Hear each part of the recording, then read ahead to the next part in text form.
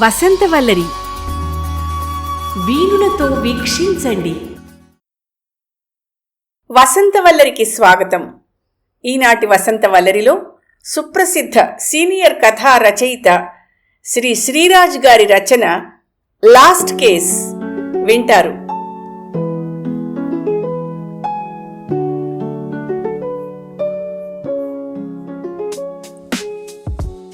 నిజమైన న్యాయవాదికి ఈ కేసు ఆ కేసు అనే భేదం ఉండకూడదు. నమ్ముకున్న క్లయింట్స్కి న్యాయం చేకూర్చటమే నిజమైన న్యాయం అంటాడు లాయర్ సుందర్రామయ్య తన తోటివారితో.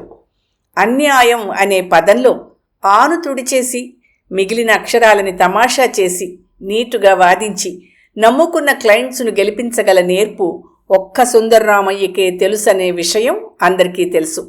గత 15 ఏళ్లలో ఒక్కసారైనా కోర్టులో అడుగుపెట్టిన వాళ్ళెవరైనా ఉంటే వాళ్లకు సుందర్రామయ్యను గురించి తెలిసే ఉండాలి. సుందర్రామయ్య చేపట్టిన కేసు ఏదీ ఇంతవరకు ఫెయిల్ కాలేదు. అతన్ని నమ్ముకున్న క్లయింట్స్ ఎవ్వరూ పరాజయం పొందలేదు. తన దగ్గరకొచ్చిన కేసుల్ని కాదనలేదు, క్లయింట్స్ని పొమ్మనలేదు. మైనారిటీ తీరని కాలేజీ అమ్మాయిల ప్రేమాయణాలపై పెంకిగా వాదించాడు. ఎందరో భార్యాభర్తలకు విడాకులిప్పించాడు. తాగుబోతులకు శిక్షలు లేకుండా ఆర్గ్యూ చేశాడు. వ్యభిచారులపై జరిమానాలు పడకుండా చూశాడు. ఒకటేమిటి, అతను అన్ని రకాల కేసులు టేకప్ చేశాడు. తిరుగు లేకుండా గెలిచాడు. క్లయింట్స్ దగ్గర ఫీజులు పుచ్చుకున్నాడు.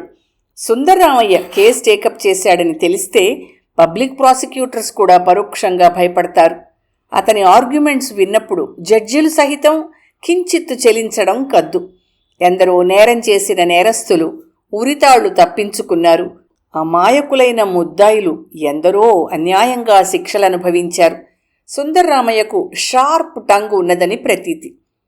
మీ అమ్మగారు నీకు ఎక్కువ వసపోశారోయ్, లేకుంటే ఇంత సులువుగా నువ్వు వాదించలేవు అంటారు సుందర్రామయ్యతో బాగా చనువుగా ఉండే స్నేహితులు. బ్రహ్మదేవుడు మనవాడి నాలిక ఒక పాయింట్ ఎక్కువలో ఉంచాడు. ఎలాంటి కేసైనా ఇట్టే గెలిచేస్తున్నాడు. వయస్సు మళ్ళిన ముసలి లాయర్లు అనుకుంటారలా. మన గురువుగారికి ఉద్యోగంలో చేరే రోజున ఎవరో అందమైన అమ్మాయి ఎదురొచ్చి ఉంటుంది. ఆ అదృష్టమే ఇప్పటి వరకు గురువుగారికి. అందుకే ఆయనకు అడ్డం తిరిగిన కేసంటూ లేదు. ప్రాక్టీస్ ప్రారంభించిన కుర్రకారు ప్లీడర్లు చెప్పుకుంటారు అలా. సుందర్రామయ్య ఓ చిన్న చిరునవ్వు విసురుతాడు వాళ్ళ మాటలు విన్నప్పుడు. అతను వృత్తి చేపట్టిన 15 ఏళ్లలో కొన్ని వందల కేసులు గెలిచాడు. ఫీజుల రూపంలో కొన్ని లక్షలు గడించాడు. కొండంత భవనం కట్టించాడు. పెద్ద ఇంఫాలా కారు కొన్నాడు. వీలున్నంత వెట్ ల్యాండ్ రిజిస్టర్ చేయించాడు. పెద్దవనుకున్న చాలా బ్యాంకుల్లో అకౌంట్స్ ఓపెన్ చేశాడు. సుందర్రామయ్య వ్యక్తిత్వం గురించి 2 మాటలు చాలు. అతనిలో ఆకాశం లాంటి ఆశలున్నాయి, ఎడారి లాంటి ఆలోచనలున్నాయి. పట్టమహిషి లాంటి తన భార్య మీద నిండైన ప్రేమ ఉంది. సంఘంలో పాలిష్డ్ పాపులారిటీ కూడా ఉంది. ఓ ఫైన్ మార్నింగ్, రోజాల మీది మంచు బిందువులు కరిగిపోయిన వేళ, లాన్లో గడ్డిపరకలు సన్నగా ఊగే సమయంలో సుందర్రామయ్య బోవు కట్టుకుని అద్దంలో చూసుకున్నాడు. అతని భార్య లక్ష్మి ఒక చేత్తో నల్లకోటు, మరో చేత్తో కాఫీ కప్పు పట్టుకుని వెనక నించుంది. వాట్ మ్యాన్, ఈవినింగ్ లీలామహల్ వెళ్ళక తప్పదంటావా? అద్దంలో కనిపిస్తున్న అర్ధాంగి ముఖారవిందాన్ని సూటిగా చూస్తూ కొంటెగా అడిగాడు. రిచర్డ్ బర్టన్ నటించిన చిత్రాలంటే ఆమెకెంతో ఇష్టం. 3 రోజుల నుండి ఎల్సిడ్ సినిమాకు తీసుకెళ్తానంటూ ఊరిస్తున్న అతని మీద ఆమెకు కోపం వచ్చింది. మాట నిలకడలేని మిమ్మల్ని నమ్మకూడదు. కేసులు, క్లయింట్లు, కోర్టులు, అతనికి తీరికెక్కడా? నువ్వు పొరపడుతున్నావు. నా మాట ఎలాంటిదో నా క్లయింట్స్ని అడుగు. నువ్వు పొరపడుతున్నావు డియర్. నా మాట ఎలాంటిదో నా క్లయింట్స్ని అడుగు. ఆమె చేతిలో ఉన్న కాఫీ కప్ అందుకున్నాడు. అతను కోర్టులో వాదించి క్లయింట్స్ని గెలిపిస్తాడు. ఇంట్లో మాట్లాడి భార్యను నవ్విస్తాడు. లక్ష్మి, నువ్వెంత అందంగా ఉంటావో తెలుసా? తెల్లని మేఘమాలికలా, మెత్తని గులాబీలా, మెరిసే నీటి బిందువులా అందంగా ఉంటావు. ఈ అప్సరసను చూసిన తరువాత మేకప్పులు వేసుకునే ఆ సినిమా స్టార్స్ అంటే నాకిష్టం ఉండదు. 40 ఏళ్లు పైపడ్డ ఆమె సుందర్రామయ్య మాటలకు ముద్దమందారంలా ముకుళించుకుపోయింది. అయ్యగారు, మీకోసం ఎవరో వచ్చారండి అన్న నౌకరు పిలుపు విని నల్లకోటు తొడుక్కుంటూ హాల్లోకొచ్చాడు సుందర్రామయ్య. దండాలు బాబయ్య. హాల్లో కింద కూర్చున్న 2 వ్యక్తులు లేచి నించున్నారు. ఒకడు వయసు మళ్ళినవాడు, రెండోవాడు వయసులో ఉన్నవాడు. వాడి గళ్లలుంగి, ఎర్రబనీను, నడుముకి చుట్టుకున్న నల్ల పటక, కూరమీసాలు చూడగానే వీడెవడో పెద్ద విలన్ అయ్యే ఉంటాడని సుందర్రామయ్య ముసిముసిగా నవ్వుకున్నాడు. ఏరా, జేబులు కత్తిరించావా? గళ్లలుంగి వాడిని ఉద్దేశించి అడిగాడు. లేదండే. అరిగిపోయిన గ్రామ్ఫోన్ రికార్డు వినిపించింది వాడి గొంతులో. మరి పీకలు కత్తిరించావా? గళ్లలుంగి వాడు తల వంచుకున్నాడు. రెండోవాడు నీళ్లు నమిలాడు. రాయ్, డాక్టర్ దగ్గర జబ్బు, ప్లీడర్ దగ్గర తప్పు దాచకూడదు. దాచావో నువ్వు గోల్, నీ కేసు సున్నా. చెప్పు నిజం. ఈడు నా కొడుకండి, పేరు సింహాద్రి. ఈయన జామీన్ మీద ఇడిపించినాను బాబు. మరండే, మా ఊరు ఎండాడండి. పొడి పొడిగా ముసలాడు చెప్పబోయాడు. అసలు సంగతి చెప్పవాయ్. మా ఊళ్ళో రత్తాలని ఓ సారా కొట్టుతుందండి. దాని కూతురు మీద మా ఊడు కన్నేసినాడు. ఈడంటే అది ఎట్టపడలేదు బాబు. ఈడికి కోపం నావు. నానంటే నీకెందుకు ఎట్టనేది అని అడిగాడు. అది నీశంగా మాట్లాడింది. మా ఊడు కసి పట్టనేక కత్తితో దాన్ని పూడి చేసినాడు బాబు. అంతే జరిగినది బాబు. Very good. లవ్ మ్యాటర్ అన్నమాట. ఇలాంటి కేసులు వినడం సుందర్రామయ్యకు కొత్తేమీ కాదు. అగ్గిపుల్లతో నైలాన్ గుడ్డల్ని కాల్చడం ఎంత తేలికో మర్డర్ కేసుల్ని గెలిపించడం కూడా అంతే తేలిక అనుకునే అతనికి లేశమైన ఆశ్చర్యం కలగలేదు. నీ పేరు? నా పేరు గంగులండి. చూడు గంగులు, మీ వాడు ఆ వరహాల్ని పొడిచేటప్పుడు ఎవరైనా చూశారా? దాని అమ్మ రత్తాలు అక్కడే ఉందండి. భరోసా ఇచ్చే లాయర్తో నిజం చెప్పడం మంచిదనుకున్నాడు గంగులు. సుందర్రామయ్య తన అమూల్యమైన కాలంలో 5 నిమిషాలు వెచ్చించాడు. ఆ రత్తాలకు వెనక ముందు ఎవరైనా ఉన్నారా గంగులు? లేరు బాబు. దానికి ఉన్నదల్లా వరాలేనండి. అది కూడా సొయాన దాని కడుపును పుట్టింది కాదు బాబు, పెంపుడు గుంట. ముడిపడ్డ సుందర్రామయ్య కనుబొమలు క్షణంలో విడిపోయాయి. గంగులు, నీ కొడుక్కొచ్చిన భయమేమీ లేదయ్యా. నువ్వే గెలుస్తావు. మిగిలిన విషయాలన్నీ మా గుమస్తాతో చెప్పు. తర్వాత కనిపించు. సుందర్రామయ్య మెట్లు దిగాడు. బాబో, అంత మీ దయ బాబో. మా ఓడిని మీరే కాయాల. పిసరంత కోపం ఉంది కానీ ఈడొట్టి ఎర్రిబాగులోడండి. తమరు ఎంత పుచ్చుకున్నా పర్వాలేదు బాబు, కేసు గెలవాల. మా ఓడికి చిచ్చబడకూడదు బాబు, కేసు గెలవాల. గంగులు చేతులు నలిపాడు. సింహాద్రి గుడ్లప్పగించి చూశాడు. సుందర్రామయ్య ఓ చిరునవ్వు విసిరి గ్రే కలర్ ఇంఫాలా కారులో కూర్చున్నాడు.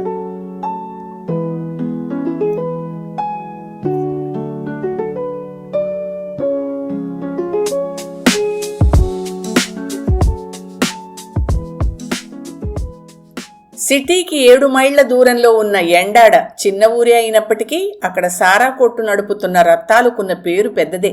అసలు రత్తాలు వ్యాపారం అభివృద్ధిలోకి రావడానికి, ఊళ్ళో పలుకుబడి ఏర్పడ్డానికి కారణం ఆమె కూతురు వరహాలే అని ఊళ్ళో వాళ్లంతా అనుకుంటారు.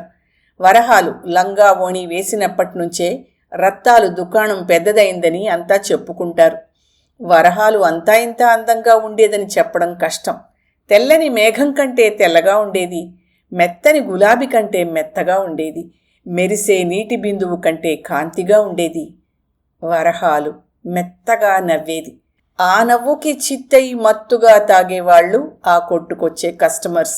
ఆ మత్తులో చేతికి ఎముకలేని దానకర్ణుడిలా చేతిలో ఉన్న డబ్బులు వరహాలు చేతిలో పోసేవారు. కొద్ది కాలంలోనే రత్తాలు డబ్బు గలది అనే టైటిల్ తెచ్చుకుంది. ఓ రోజు గాజు గ్లాస్తో తెల్లని ద్రవాన్ని అందిస్తున్న బంగారు చేతిని చూశాడు సింహాద్రి. తలెత్తి చూశాడు. వరహాలు మచ్చలేని చందమామలా నవ్వింది. బండరాయి లాంటి వాడి గుండె మైనపు ఒత్తిలా అయిపోయింది.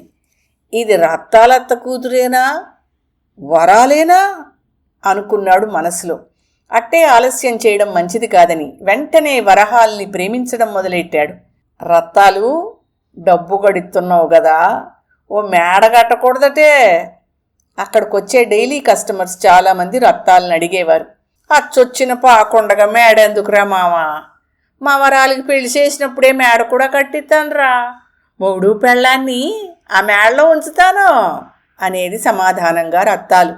పక్కనే ఉన్న సింహాద్రి గర్వంగా మీసం దువ్వి వరహాలు వైపు కొరకొరా చూసేవాడు. రత్తాలత్తా, నేనుండగా మరెవణ్ణి తెస్తావే? వరహాలు మండిపడేది. నా బొట్టుకు నువ్వు నప్పవురా సింహాద్రే, అది నిన్నెట్టపడొద్దో. అవమానం భరించలేకపోయేవాడు సింహాద్రి. అతని మొద్దుబుర్రలో ఉన్న బండ ఆలోచనలన్నీ ఉపయోగించాడు వరహాలు ప్రేమను పొందడానికి. ఆమె వాడు కనిపించినప్పుడల్లా చీదరించుకునేది. ఆమె మీద మోజుపడ్డ సింహాద్రికి కసి పెరిగింది. ఎలాగైనా ఆమెను వాడి వల్లో వేసుకోవాలని చాలా ప్రయత్నాలు చేశాడు. ఆ ప్రయత్నాల్లో ఒకటే వరహాలు హత్యకు కారణమైంది. సింహాద్రిని టెంపరరీగా జైలుకు పంపింది. వేసవికాలం. రాత్రి 8 గంటలు దాటింది. వరహాలు బేరం డబ్బులు లెక్కపెట్టి తల్లి చేతికిచ్చి కొత్త సరుకు బెత్తాయించి రమ్మని రత్తాల్ని ఊళ్ళోకి పంపింది. వరహాలు స్నానం చేసి కొత్త బట్టలు కట్టుకుంటున్న సమయంలో సింహాద్రి ఇంట్లో అడుగుపెట్టి తలుపులు మూశాడు. వరహాలకు పట్టలేనంత కోపం వచ్చింది. చీర ఒంటి నిండా కప్పుకుంటూ, ఒరేయ్, ముందిక్కడి నుంచి కదులుతావా లేదా అని కసిరింది. వరాలు, నేను సింహాద్రిని. ఇప్పుడు చెప్పో, నానంటే నీకెందుకు ఎట్టం లేదే? నాకు డబ్బునేదా, అందం నన్ను ఎందుకు పెళ్ళాడవే? నడుం మీద చేతులు వేసుకుని ముందుకు అడుగు వేశాడు. నీకు అందం ఉందిరా, గండు పిల్లిలాగా నీ మొగము నువ్వును, ముందవతలికి పో, లేకపోతే ఛీ చీదరించుకుంది వరహాలు. సింహాద్రి ఒంట్లో రక్తం సలసల మరిగింది. పశుత్వం నిలువున ఆవరించింది. జేవురించిన కళ్ళతో వరహాల్ని మింగినట్టు చూశాడు. ఆమె అందం వాణ్ణి మరీ వెక్కిరించింది. పట్టుతప్పిన వాడి శరీరం ఆమె మీదకి ఉరికింది. వరహాలు త్రాచుపామైంది. శక్తినంతటినీ కూడా తీసుకుని ఆమె పళ్లతో సింహాద్రి కుత్తుక కొరికింది. మరుక్షణంలో వరహాలు గుండెల్లో వాడి కత్తి గుచ్చుకుంది. అదే సమయంలో ఇంట్లో అడుగుపెట్టిన రత్తాలు కెవ్వున కేకపెట్టి కూతురు మీద వాలిపోయింది. వరహాలు ప్రాణం రాకెట్ వేగంలో ఎక్కడికో వెళ్ళిపోయింది. సింహాద్రి పారిపోయాడు.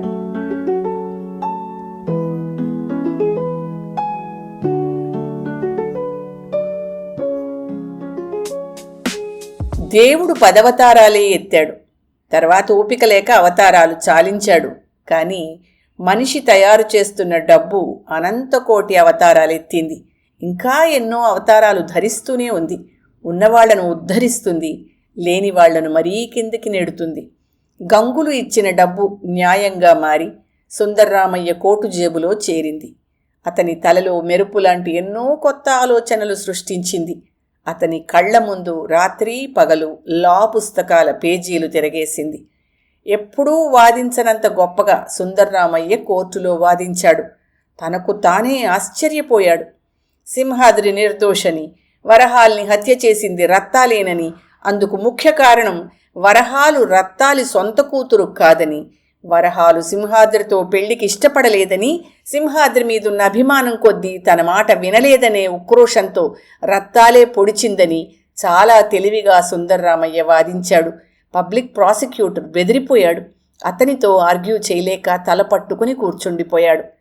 జడ్జి గారు ముసలిదాన్ని ఏమైనా చెప్పుకోదలుచుకుంటే చెప్పుకోమన్నారు. నానే చెప్పుకుంటాను బాబో. ఈ న్యాయం కానీ అన్యాయం కానీ నా వరాల్ని బతికిస్తాయా చెప్పండి? బతికించనేవో. అది బతకనేనప్పుడు నానెందుకు బాబు? నన్ను ఊరేయించు బాబు, నాను దానికాడికే పోతాను. నా కూతుర్ని నానే చంపుకున్నానా? అందుకే నన్ను ఊరేయించు బాబో, నన్ను చంపించేయి బాబో. బాబు నీకు పుణ్యం ఉంటుంది. రత్తాలు వలవల ఏడ్చింది. జడ్జి గారు అడిగినా, ప్రాసిక్యూటర్ అడిగినా అంతకంటే మరేమీ చెప్పలేదు. ఎండిపోయిన ముసలి గుండెలో బతకాలనే ఆశ లేదు. తన కూతురు బతుకును బలి చేసిన వాళ్ల బతుకులు నాశనం చెయ్యాలనే ఆవేశమూ లేదు. చెయ్యని నేరాన్ని తన మీద రుద్దారనే చింత అంతకంటే లేదు. తన బ్రతుకు తెల్లారడానికి సరైన మార్గం చూపిన సుందర్రామయ్యకు మాత్రం చేతులెత్తి దండం పెట్టింది. జడ్జి గారు రత్తాలుకు యావజ్జీవితపు ఖైదు విధించారు. రత్తాలిని పోలీసులు జైలుకు తీసుకుపోయారు. సింహాద్రిని విడుదల చేశారు. సుందర్రామయ్య కళ్ళు జ్యోతుల్లా వెలిగాయి. గంజిపేట జంక్షన్ దాటే వరకు సుందర్రామయ్య కారుతో పరిగెత్తాడు సింహాద్రి. వాడిలో సంతోషం సముద్రంలా పొంగింది. హాల్లో న్యూస్ పేపర్ చదువుతున్న సుందర్రామయ్య సింహాద్రిని చూసి, ఏరా సింహాద్రి అన్నాడు. ఏం లేదు బాబు, మీకు బహుమానం ఇచ్చుకుందామని నసిగాడు సింహాద్రి. ఏమిట్రోయ్ ఆ బహుమతి? పేపర్ పక్కన పెట్టి నవ్వుతూ అడిగాడు. బాబు, మీరు గనక నా ప్రాణాలు కాపాడారు, మరోడైతే నా బన్నేకపోను బాబు. ఈ గొలుసు ఉంచండి బాబు. జేబు నుంచి ఓ లాకెట్ తీసిచ్చాడు. సుందర్రామయ్య క్షణంలో అదోలా అయిపోయాడు. సింహాద్రి, ఈ లాకెట్టు సచ్చిన వరాలదండి. అంటే అది సచ్చినప్పుడు తెంపుకొచ్చేసినానండి బాబు. ఆ గొలుసు వేసుకుని మా బాగా కులికేది బాబు. అసలు ఆ గొలుసుతోటే ఆ గుంట రత్తాలకి దొరికిందంట బాబు. ఎక్కడంటే అదేది ఆ సీతమ్మూరు దారకాడంట బాబు. ఒరే సింహాద్రి, పో బయటకి నువ్వు, నిన్నే! ఎంతో కోపంగా అరవాలనుకున్నాడు సుందర్రామయ్య.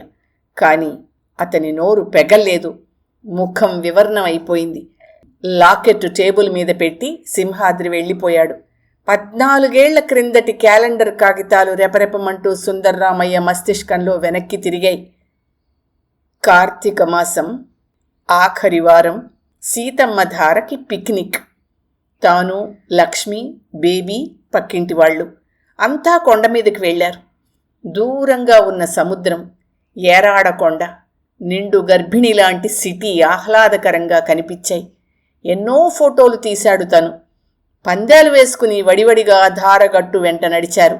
కబుర్లు చెప్పుకుంటూ పిక్నిక్ స్పాట్ చేరుకున్నారు. కాసేపటిలో బేబీ కనిపించలేదు. లక్ష్మి కెవ్వుమంది. అతను అదిరిపోయాడు. తోటంతా గాలించారు.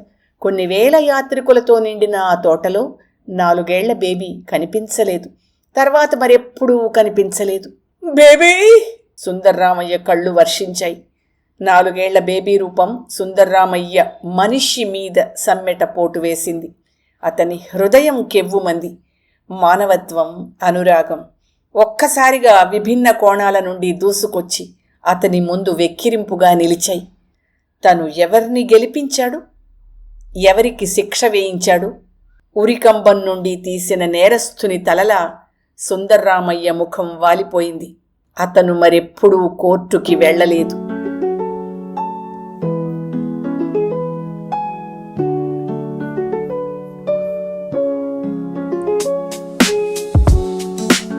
వసంతవల్లరిలో సుప్రసిద్ధ సీనియర్ కథా రచయిత శ్రీ శ్రీరాజ్ గారి రచన లాస్ట్ కేస్ విన్నారు. ఈ కథ 1970 అక్టోబర్ 28 నాటి ఆంధ్రప్రభ సచిత్ర వారపత్రికలో ప్రచురితమైంది.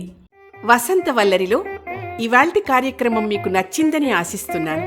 అందుకే లైక్ చేసి మీ మిత్రులకు, బంధువులకు లింక్ను షేర్ చేసి మీ అమూల్యమైన అభిప్రాయాన్ని నాకు కామెంట్ బాక్స్లో తెలియచేయమని, వసంతవల్లరికి సబ్స్క్రైబ్ చేయమని విన్నవించుకుంటూ మీ వసంతలక్ష్మి అయ్యగారికి సెలవు మరి.